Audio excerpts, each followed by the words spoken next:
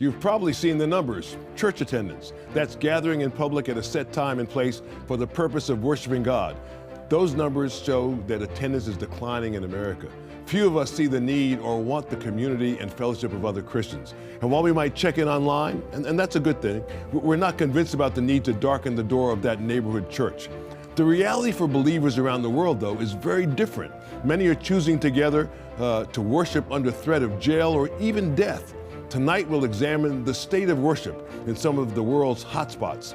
That's up next.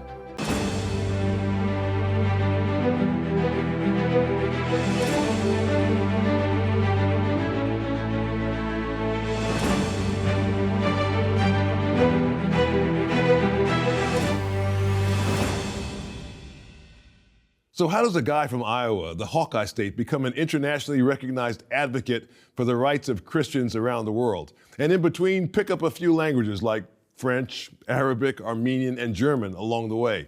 Our special guest tonight is Dr. Joel Veldkamp, the Director of Public Advocacy for Christian Solidarity International. Since July 2023, Joel has represented CSI at the United Nations Human Rights Council in Geneva. And before that, he worked in Nigeria, Egypt, Lebanon, Armenia, Iraq, and Sudan, even working for a year as an English teacher in Syria.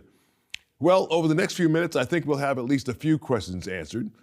Joining us from Zurich, Switzerland is Dr. Joel Veldkamp.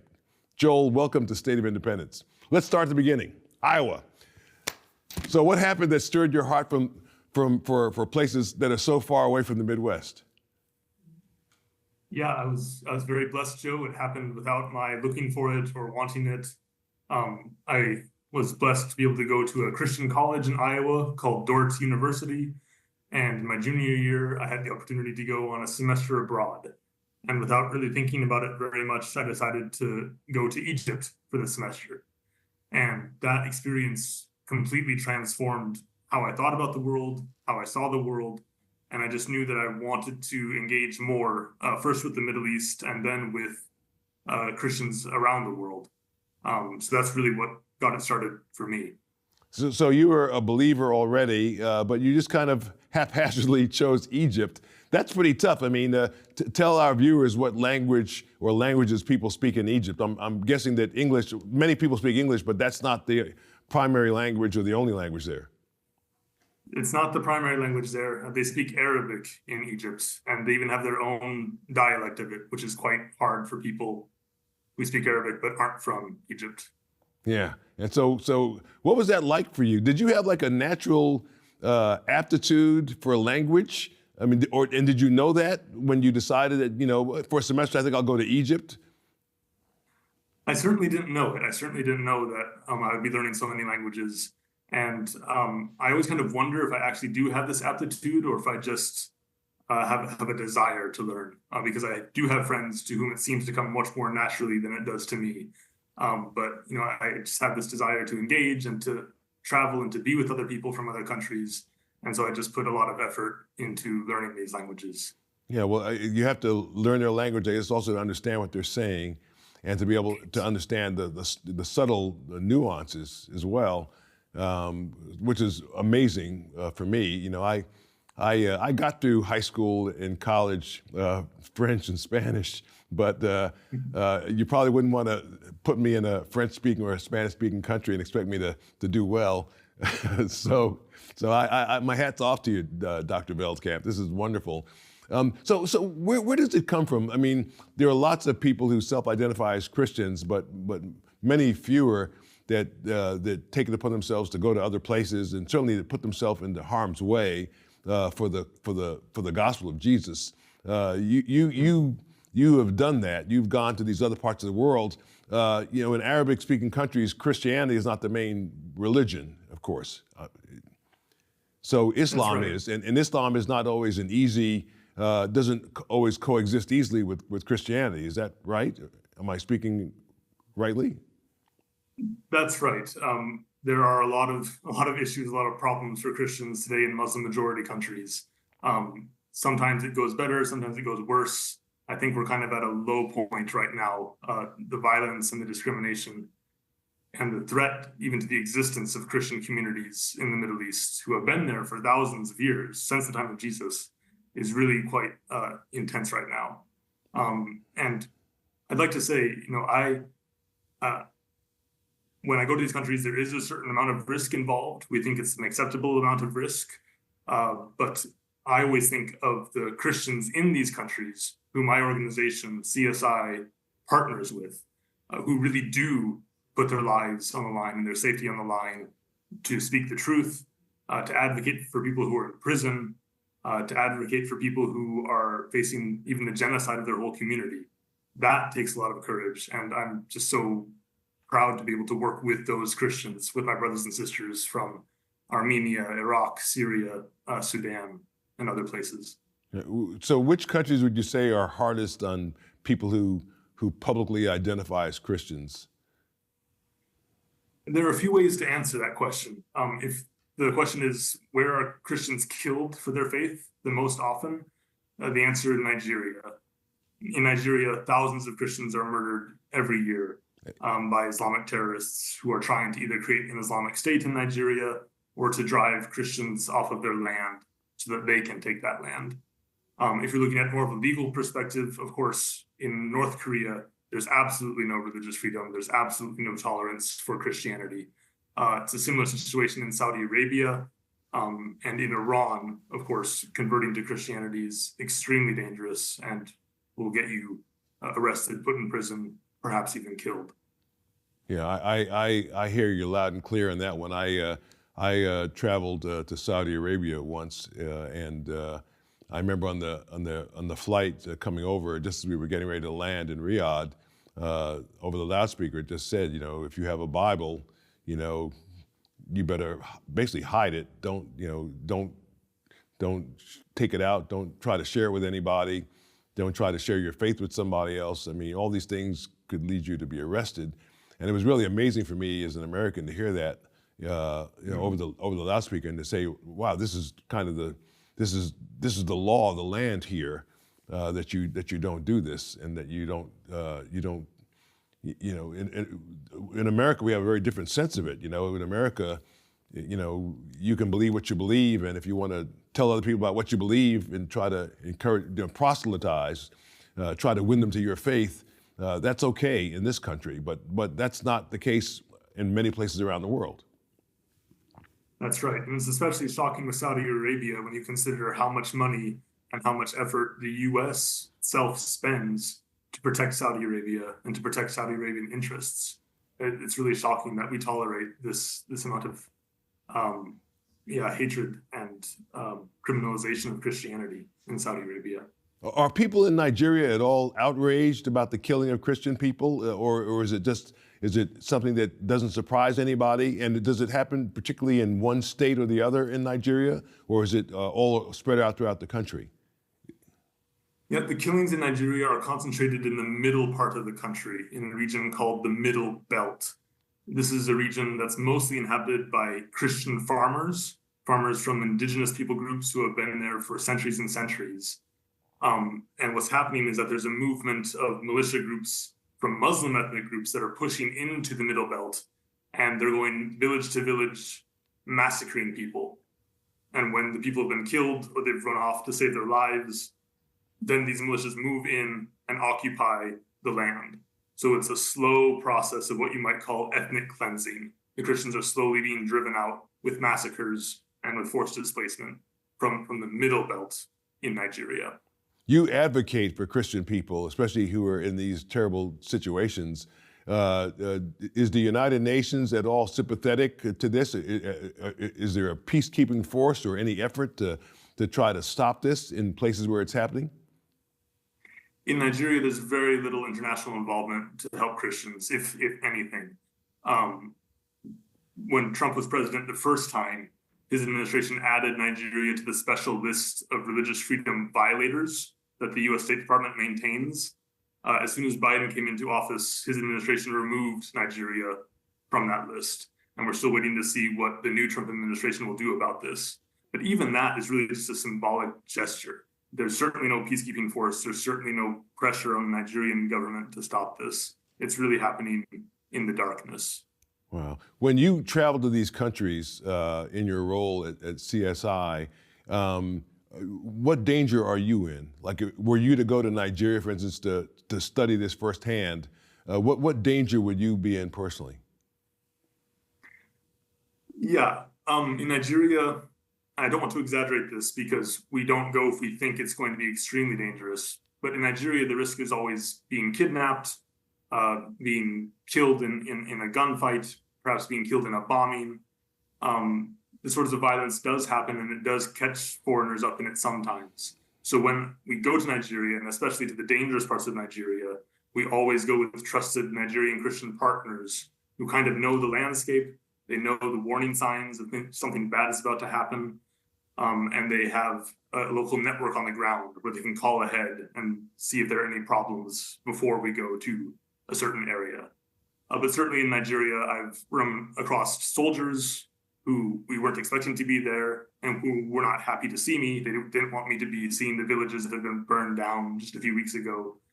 I've been to parts of Nigeria where I travel with my African American colleague, and he goes out and does the kind of the field work, and I stay in the hotel and make notes because we don't want to be too obvious about who we are and what we're doing. But yeah, we always try to take precautions.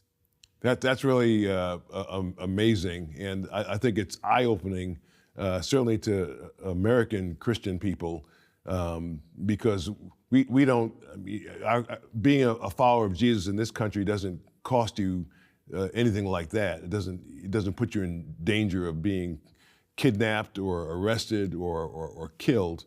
And nobody in America is who's a Christian is being killed so that somebody can have their land. You know, and if somebody did try to do that, of course, you know, they would be arrested. They'd be hunted down and arrested, but not so in many of these other places. Certainly, how about in the rest of the Middle East? We've talked a little bit about Africa and what happens in Nigeria, but the Middle East, besides Saudi Arabia and some of these other countries, is it that intense, the persecution? It's certainly not as deadly as Nigeria. There's nowhere in the world where Christians are killed at the same rate as in Nigeria. The problem in the Middle East is that many countries in the Middle East are going through a period of extended political turmoil, and turmoil opens up the gates to terrorists and to jihadists who want to kind of take advantage of the chaos to implement their own plans. And their plans don't have Christians in them. Their plan is for Iraq and for Syria and for Egypt to be emptied of their ancient Christian populations. Again, these are Christians who have been there since the time of Jesus. And they are really under threat right now, especially in those three countries, Egypt, Iraq, and Syria. We've seen terror attacks against Christians, and now we've seen a jihadist regime actually come to power in Syria. And it's uncertain of what position they're going to take towards Christians yet, but they've started persecuting another religious minority called the Alawite Muslims. In March, something like 1,000, perhaps several thousand Alawite Muslim civilians were murdered in Syria by pro-government forces. These were soldiers who went building to building, apartment to apartment, knocked on the door and said, "What's your religion?" And if the person behind the door gave the wrong answer, they were shot. Wow, that is just frightening and eye-opening. Why are the Armenian Christians called the forgotten Christians? Have you heard that? I would, yeah, it's a very good term, unfortunately. The Armenians are also often called the first Christian nation, and that's an accurate statement. The Kingdom of Armenia converted to Christianity in 301 AD, before the Roman Empire converted.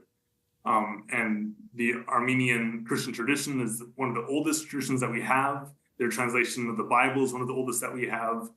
But at the time, most of the East was Christian.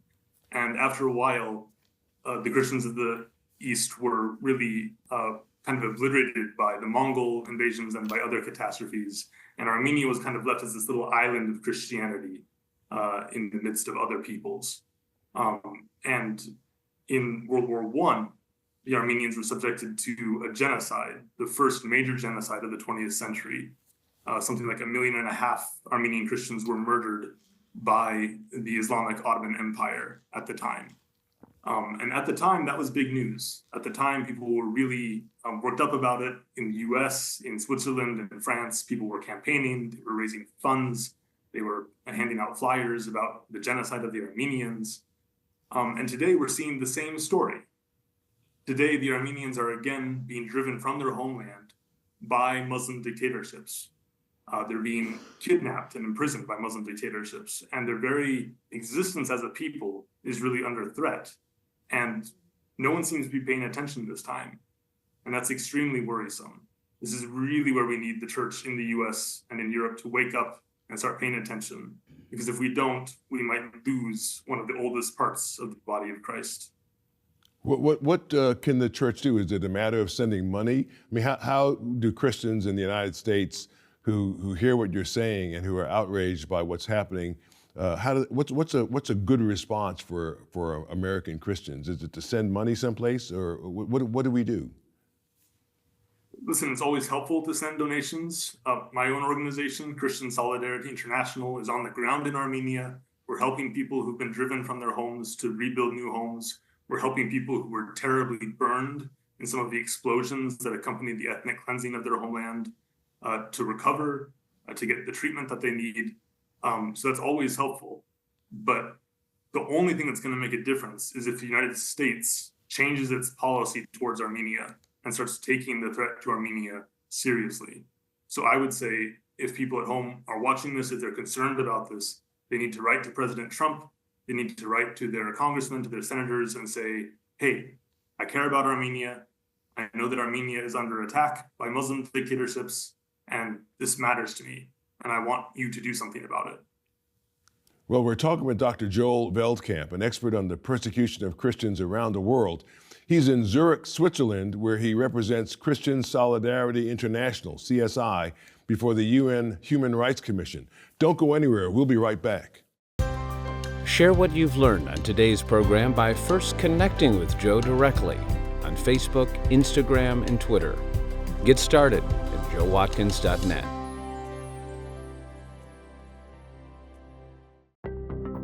This program is a production of Lighthouse TV. Positively different. Made possible in part because of the support of viewers like you.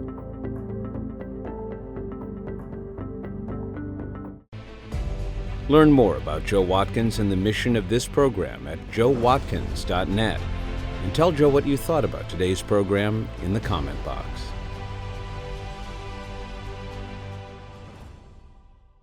My guest tonight is Dr. Joel Veldkamp. He's been taking us on a tour of some of the world's hotspots when it comes to the persecution of Christian believers. Joel, take us to Bangladesh. I know many of us have been quite concerned about the persecution of the church in that part of the world. It's, of course, sandwiched between countries like India and Myanmar, which have their own hard stories. But tell us what's happening in Bangladesh. Bangladesh is really a heartbreaking story because it's a country that's over 90% Muslim, and the Christians are only about 2% of the population. But until recently, it's been okay for the Christians. Bangladesh has been one of those rare Muslim-majority countries where people live in peace and where there's not very much persecution of Christians. That's really started to change in the last year. And just to give you a metric of that, at Easter time last year, thousands of Bangladeshi Christians gathered in the streets of the capital to worship God together and to praise Jesus on Easter Sunday. This Easter, they're planning a similar demonstration, but it's going to have to be much reduced and probably indoors somewhere. We'll have to wait to see what they decide to do. But in between, there was a military coup in Bangladesh, and Bangladesh's secular government was overthrown. And in the wake of the overthrow of that government, we saw thousands of attacks against Christians and also against Buddhists and Hindus, the other non-Muslim peoples of Bangladesh. We saw people's houses burned down. Our friend in Bangladesh at CSI, his house was surrounded by people carrying swords and knives and shouting that they wanted to see him. And he had to flee the country on foot to India to escape with his life. So the situation in Bangladesh is really deteriorating. It's really becoming worse. And we don't know what the future is for Christians in Bangladesh. But my coworker traveled there a few weeks after the military coup and met with some Christians from the countryside. Simple people, not people who have been to university or who have a lot of international connections. And every single person there said, "We want to leave the country. We don't see a future here." Wow, that's really hard. Tell me, from the standpoint of the United States, is the State Department poised to take any kind of action? I know that, for instance, you talked about you're waiting to hear if the new administration was going to put Nigeria back on that list, but with regards to all these other things that are happening around the world and the persecution of Christian people, has the Secretary of State or anybody else made a pronouncement as to what the United States might do in terms of this, and certainly in terms of American citizens who might be in harm's way because of their faith? Honestly, not really, if I'm being perfectly frank. We've seen some good signs. President Trump just appointed his new international religious freedom ambassador, Senator Mark Walker, who is generally strong on this issue. But we haven't seen like a policy to prevent Armenia from being destroyed, a policy to prevent the Christians of Syria from being driven out of their homeland by the Al-Qaeda affiliate that now rules their country, a policy to prevent Bangladesh from sliding all the way into extremism and into an Islamic state. There haven't been any really specific initiatives to do those things. It's been more rhetoric. And so we really need the administration, if they really do care about this, to step up and to start, first of all, making these countries aware that this is a priority for the administration. And second of all, presenting some proposals, some policies of what they're going to do about this. Right. Well, this is, of course, a difficult thing. There's so much going on around the world. Yeah. This is just one small piece of the challenges that people are having, and certainly that Americans who happen to be Christian might be having. So I fully understand that, Joel. You have been wonderful. Thank you so much for being our guest tonight, and for really filling us in on the challenges that Christians face around the world with persecution. Really appreciate you, brother. Yeah, I appreciate you. I appreciate your listeners. If any of them want to know more about our organization, to get in touch with us, they can go to www.csi-usa.org. And there you can sign up for our mailing list. We'll keep you informed on what you can pray for, what's going on in the world.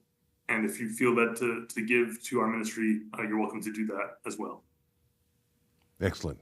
Well, his name is Joel Veldkamp, with an organization called Christian Solidarity International, CSI. Joel and his colleagues are working hard to spotlight the plight of persecuted Christians around the world. I'll be back to wrap it up with our great producer, Jeff Coleman. You're watching Joe Watkins' State of Independence on Lighthouse TV. Positively different. Share your comments about today's program in the comment box at joewatkins.org. Learn more about Joe Watkins and the mission of this program at joewatkins.net. And tell Joe what you thought about today's program in the comment box.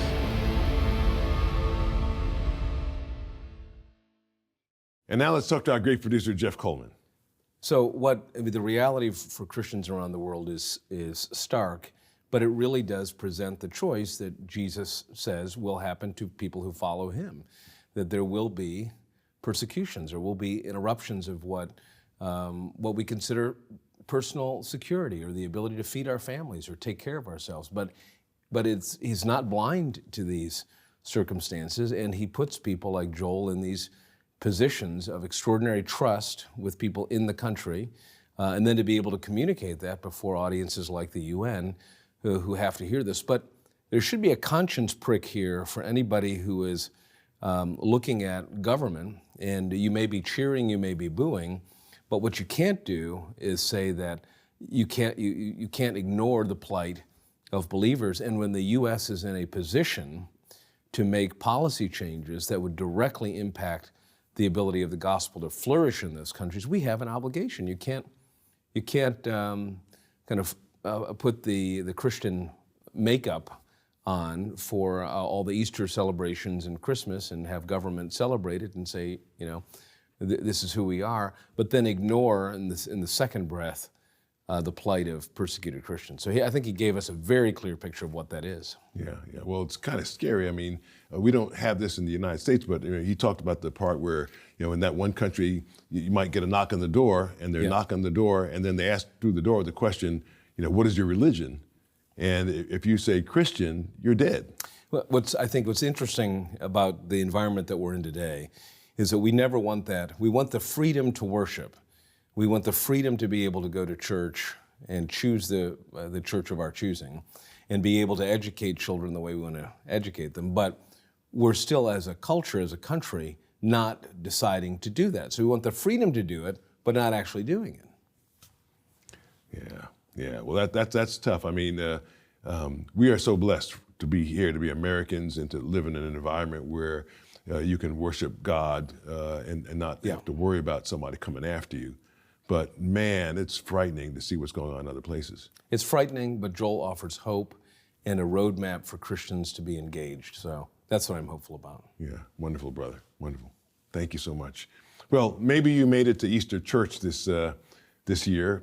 Good start. Maybe you've started to watch a program on this station, Lighthouse TV, that's given you assurance and hope. And if so, I'm so glad. But there's nothing like being in a room at least once a year with other believers, hearing their voices, listening to their testimonies of God's goodness to them throughout the week. Look, I know it's not always possible to be there in person, but persecuted believers around the world should encourage us to at least try. Drop me a line in the comment box at joewatkins.org. I really want to know how this program is helping you find hope in Christ. From America's very first capital, Philadelphia, I'm Joe Watkins. For Jeff Coleman and the entire team behind the cameras at Lighthouse TV, thanks so much for watching. God willing, I'll see you next time.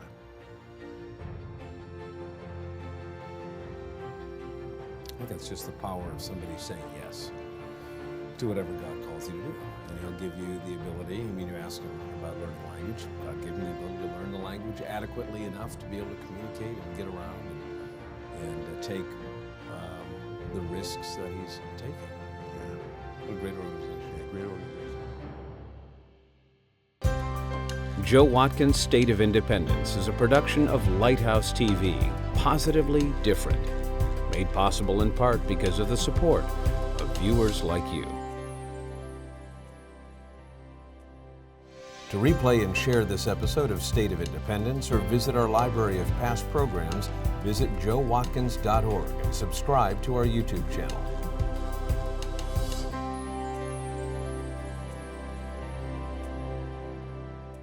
His name is Joe Watkins.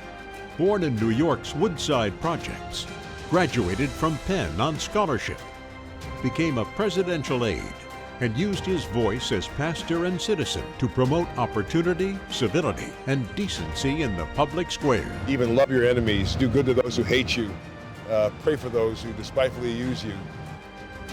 From the State of Independence, this is Joe Watkins.